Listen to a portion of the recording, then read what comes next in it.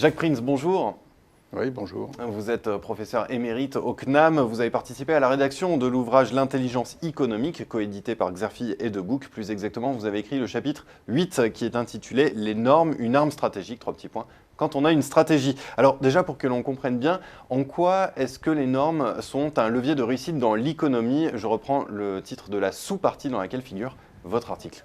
Disons que ce qui est très important là, dans l'économie, c'est que, en fait, l'économie, quand on regarde un petit peu ce qu'il y a dans la coulisse, c'est des logiciels, essentiellement des logiciels, donc de la programmation. Donc des accès à tout un tas d'interfaces technologiques sur les plateformes. Et donc les normes, c'est ce qui va garantir la pérennité des programmes que j'écris, qui permettent de suivre les évolutions technologiques sans refaire à chaque fois des millions de lignes de code. Parce qu'il faut bien comprendre que des logiciels là, qui sont familiers de tout le monde, comme Google ou Facebook, tout ça, c'est des millions de lignes de code. Donc si chaque fois que je change de technologie, il faut que je change le logiciel en profondeur, évidemment, il n'y a pas d'économie du tout. Est-ce que vous auriez des exemples de ce bon usage de la normalisation ? Alors, les exemples que j'ai donnés dans l'article, là, sont des exemples un petit peu anciens, mais comme ça évite les polémiques du moment. Et ça permet de bien comprendre, parce que tout le monde a bien compris depuis longtemps que les langages de programmation, c'est quelque chose de très important. Et donc, moi, j'ai eu la chance, là, dans ma vie passée, d'abord d'être responsable des langages chez Bull, donc je connaissais bien toute la problématique langage, et de participer à des comités de normalisation et d'avoir de mes collaborateurs qui étaient dans ces comités de normalisation. Donc j'ai choisi deux cas emblématiques, là, qui sont le langage COBOL, étant entendu qu'aujourd'hui, il y a encore des milliards de lignes écrites en COBOL de par le monde, et le langage ADA, qui était censé avoir le même destin que COBOL, mais ça n'a pas marché. Ça n'a pas marché, là, pour des raisons que j'explique.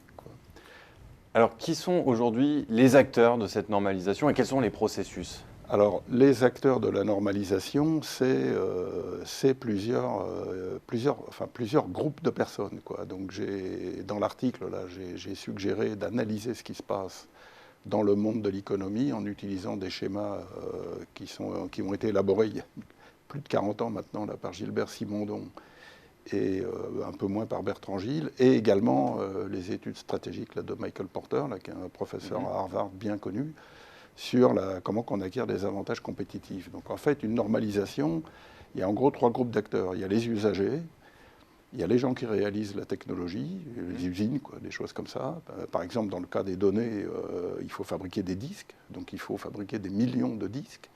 Donc une norme qui est gagnante, elle va permettre à un constructeur de vendre des millions d'objets. S'imposer sur le marché. Voilà. Par exemple, IBM a gagné beaucoup plus d'argent avec ses disques qu'avec les unités centrales. Et puis le troisième paquet, c'est les équipes d'ingénierie, pour que tout ça fonctionne, quoi. Et donc il faut regarder les rapports entre ces trois populations. Alors par exemple, si je reprends mes exemples de langage, là, par exemple COBOL, ça s'est imposé parce que les usagers qui, à l'époque, quand on était dans les années 60-70, commençaient à écrire des applications en grande quantité, en particulier pour les ministères américains, en avaient marre de changer de langage à chaque fois que le matériel changeait, et ils se sont arrangés avec le DoD, donc le ministère de la Défense américain, qui a joué un rôle très important là-dedans, qui a pris en charge le groupe de travail là, qui s'appelait le groupe CODACIL, là, donc peu importe, vous trouverez le sigle dans l'article.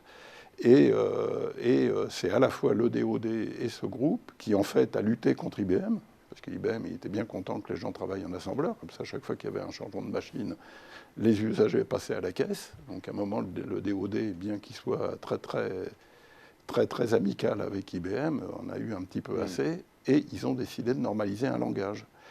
Alors, je passe sur les détails qui sont donnés dans le livre, là, mais donc c'est la pression des usagers.